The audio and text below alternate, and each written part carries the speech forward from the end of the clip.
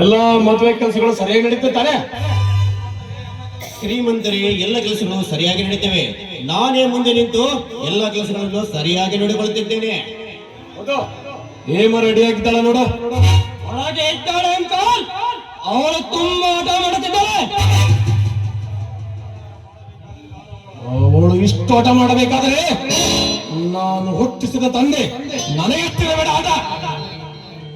ಏ ಶೆಟ್ಟಿ, ಹೇಳ್ಕೊಂಬಲ್ಲ ಅವಳ ಅಮ್ಮ ಬಹಳ ಆಟ ಮಾಡಕತ್ತೀರಿ. ಇದೇನೆ ಬರವಲ್ರು, ಇನ್ನೊಂದ್ಸಲ ಹೇಳ್ಬಿಡ್ತಾಳೆ.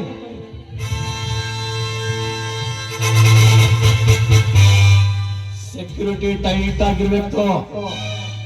ಯಾವ ಕಾರಣಕ್ಕೂ ಯಾವ ಗುಳ್ಳೆನರಿನ ಒಳಗೆ ಬರಂಗಿಲ್ಲ. ಬಂದೋಬಸ್ತ್ ನಾನು ಮಾಡಿದ್ರೆ ಶ್ರೀಮಂತರೇ.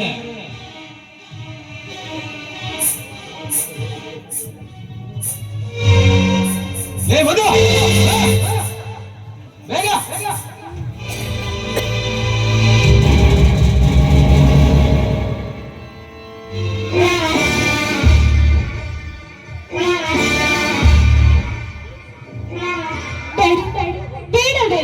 ನಿಮ್ಮ ಕೈ ಮುಗಿದು ಬೇಡ್ತೇನೆ, ಈ ಕಟುಕನಿಗೆ ನನ್ನನ್ನು ಮದುವೆ ಮಾಡಬೇಡಿ.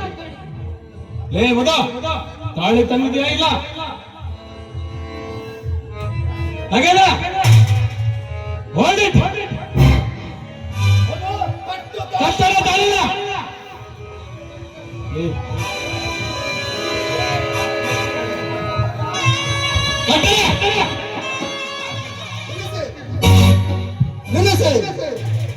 ಒಂದು ಹೆಣ್ಣಿನ ಮೇಲೆ ಈಗ ಬಲಾತ್ಕಾರದಿಂದ ಮದುವೆ ಮಾಡುತ್ತಿರುವಲ್ಲ, ನೀವೇನು ಮನುಷ್ಯರು ಮೃಗಗಳು? ಇನ್ನು ನೀನೇ ಒಂದೊಂದು ಜನರು.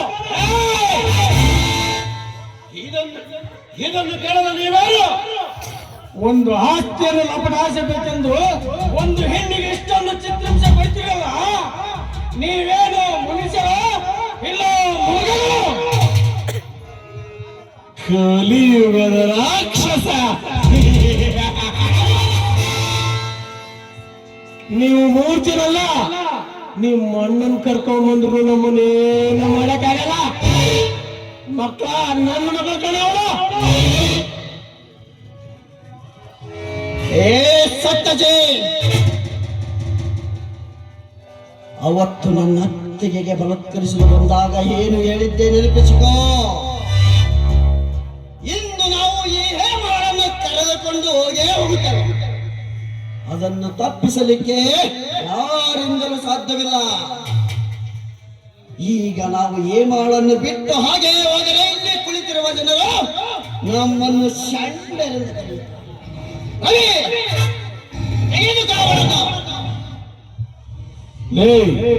ನಮ್ಮ ಬೀಗರಾಗಿ ಬರುವುದಿದ್ದರೆ ಮಾತ್ರ ಮದುವೆಗೆ ನಮ್ಮ ಮನೆಗೆ ಪ್ರವೇಶ, ಇಲ್ಲದಿದ್ದರೆ ಏನಾದರೂ ಕುತಂತ್ರ ಜಾಲವನ್ನು ಮಾಡಿದರೆ ಆ ಜಾಲವನ್ನು ಕತ್ತರಿಸಿ ರಕ್ತದಿಂದ ಹೋಗುಳಿಯಾಡಿ ನಿಮ್ಮನ್ನು ಬಲಿ ಕೊಡಬೇಕಾಗುತ್ತದೆ. ಎಚ್ಚರ ಮಕ್ಕಳೇ, ಎಂದು ಉಚ್ಚರಿಸಿದ್ರೆ ಏನು ಅಡ್ಡ ಹಾಕಬೇಕಾಗಿತ್ತು ನಿಮ್ಮ ಕುತ್ತಿಗೆಗೆ. ನಿಮ್ಮನ್ನೇನು ಹಾಕಕ್ಕೆ ಎದರಿ ಹೋಗಲು ನಾನೇನು ಅವರಲ್ಲ. ಅವತ್ತು ನಿನ್ನ ಲಾರಿಯನ್ನು ಮಾನ ಸಮೇತ ಹಿಡಿದಾಗ ಮುಖ ತೋರಿಸದೆ ಹೋಗಿ ಹೋದನಲ್ಲ ನಿನ್ನ ಮಗ ಮಧುಸೂದನ್. ಅವನಿರಬೇಕು ನರಸತ್ತ ಗಂಡು ವಂಶ. ಅಂದ್ರೆ ನೀನು ಬ್ರಹ್ಮ, ಇವನು ವಿಷ್ಣು, ಅವನು ಮಹೇಶ್ವರ. ನಿಮ್ಮ 3 ಜನ ಪ್ರಾಣ ಒಯ್ಯಲು ಬಂದಿರುವ ನಾನು ಯಮಧರ್ಮರಾಜ. ನೋಡ ಸತ್ಯಜಿತ್, ಮಗಳ ಮದುವೆ ಅಂತ ಬಂದು 4 ಅಕ್ಷತೆಯನ್ನು ಹಾಕಿ ಹೋಗು. ಅದನ್ನು ಬಿಟ್ಟು ಬೇರೆ ಏನಾದರೂ ಕುತಂತ್ರ ಹೂಡಿದರೆ ಮಗಳೇ ನಿನ್ನ ಹೆಣ ಬೀಳುತ್ತದೆ. ಹುಷಾರ್. ಯಾರ ಮುಂದೆ ತೋರಿಸ್ತಿದ್ಯಾ ನಮ್ಮ ಹೀರೋಯಿಸಂ? ಕೇಳಿಸ್ಕೊಡ್ರ ಕರೆಕ್ಟ್ ಆಗಿ. ಬೈ ಬರ್ತು ಬ್ಲಡ್ ಅಲ್ಲೇ ಇದೆ ಕಡೆ ನನಗೆ ವಿಲನಿಸಂ. ಸಿಂಹನ ಕಾಡ ನೋಡ್ತೀಯ, ಯಾಕೆ ಫೋಟೋ ಕೂಡ ನೋಡಿರ್ತೀಯ. ಅಯ್ಯೋ, ಮತ್ತಾದ್ರೂ ರಂಗಭೂಮಿ ಮೇಲೆ ಮೀಸೆ ಮೇಲೆ ಕೈ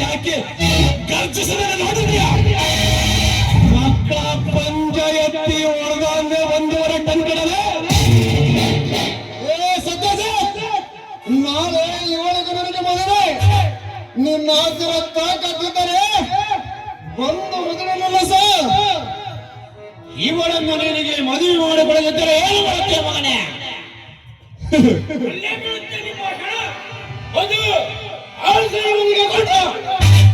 ಆಯ್ತು ಗಣಿ. ಏ?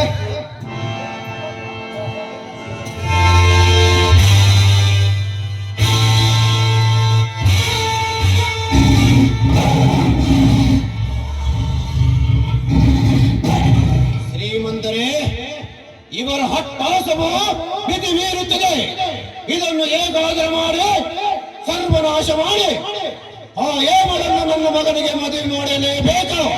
ಇದಕ್ಕೆ ಏನಾದರೂ ಪ್ರಾಣಿದರೆ ಉಪಾಯ ಅಲೆಗಳ ವಿರುದ್ಧ ಎಂದಿಗೂ ಈಜಬಾರದು ನಾಗೇಂದ್ರ. ನಮ್ಮ ಆದಿಗೆ ಒಂದು ಅಡಿಪಾಯ ಹಾಕಿದ್ರೆ ಸಾಕು, ಆರಾಮಾಗಿ ನಿಮ್ಮ ನೆಂಟಸ್ತಿಗೆ ಬೆಳೆಸಬಹುದು. ಆದ್ರೆ ಒಂದು ಮಾತು ನಾಗೇಂದ್ರ, ಇನ್ ಮುಂದೆ ಶ್ರೀಮಂತರು ಎಂದು ಕರಿಬೇಡ. ಎಷ್ಟೇ ಆಗಲಿ ನಾವಿಬ್ಬರು ಬೀಗರು. ಹಾಜು ನಾಗೇಂದ್ರ ಅವರೇ. ಸತ್ಯಜಿತ್ ನಾರಾಯಣ ಕುಡಿದಿನ ಹೋಗಿಲ್ಲ.